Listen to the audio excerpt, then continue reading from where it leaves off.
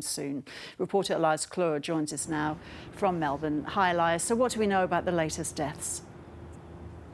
Good afternoon to you, Ros. Well, we know that this is the deadliest daily death toll since this pandemic began. 21 deaths, 16 of them linked to aged care. Now, in terms of a breakdown of the ages, the Premier announced today that it was 2 women in their 70s, 11 men and women in their 80s, 6 men and women in their 90s and 1 woman in their 100s. Now, I mentioned that connection to aged care. There's now almost 2,000 active cases linked to aged care across over 100 separate outbreaks, and experts have warned that if those cases continue to rise, so unfortunately and tragically will the deaths. And how concerned is the government, Elias, about cases in regional Victoria? Roswell, these cases in regional Victoria are rising quite drastically. We've seen now in Bendigo it rise from just in the low single digits to 50 cases, and case numbers in Geelong now are edging towards 200. There's also been a significant increase in cases in Shepparton. The Premier, Daniel Andrews, said today it was very concerning to see these rises. Let's have a listen to him now.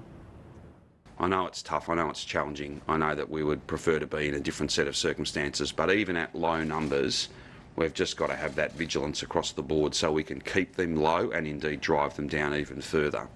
I made some comments yesterday about people really just stopping and thinking about whether travel to regional Victoria or travel from regional Victoria to metropolitan Melbourne is absolutely necessary.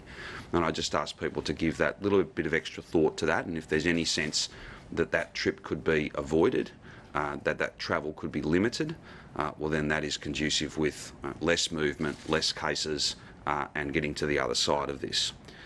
The Premier has been questioned about the evidence he provided on the state's hotel quarantine scheme. What did he have to say about that?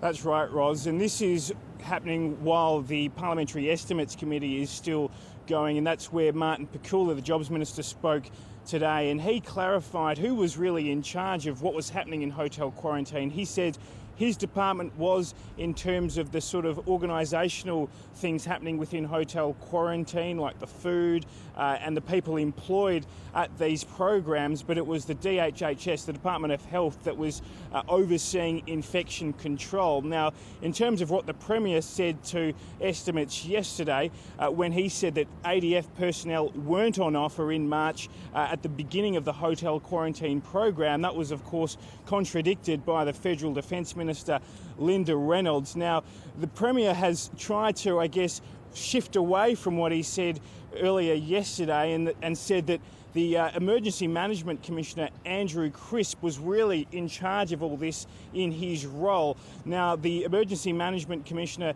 Mr Crisp, issued a statement today and said that there was no ADF personnel on offer when he met with government officials in late March. He was asked about this several times today, the Premier, Daniel Andrews, and again refuted the claims of the Federal Defence Minister. Let's have a listen to what he had to say.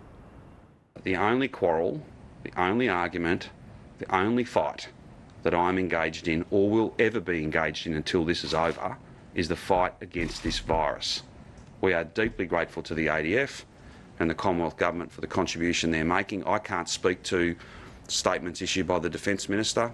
That's entirely a matter for her. And just quickly, Ros, the Treasurer also mentioned today in estimates that he expects to see Melbourne move out of a stage 4 lockdown into stage 3 by middle of September to late September, then potentially stage 2 in early October. Now, our viewers might also be wondering why our reporters in Melbourne are not wearing masks, and that's so our hard of hearing viewers can see our mouths move. But as soon as we're off air, we put the mask straight back on. OK, Elias, thank you.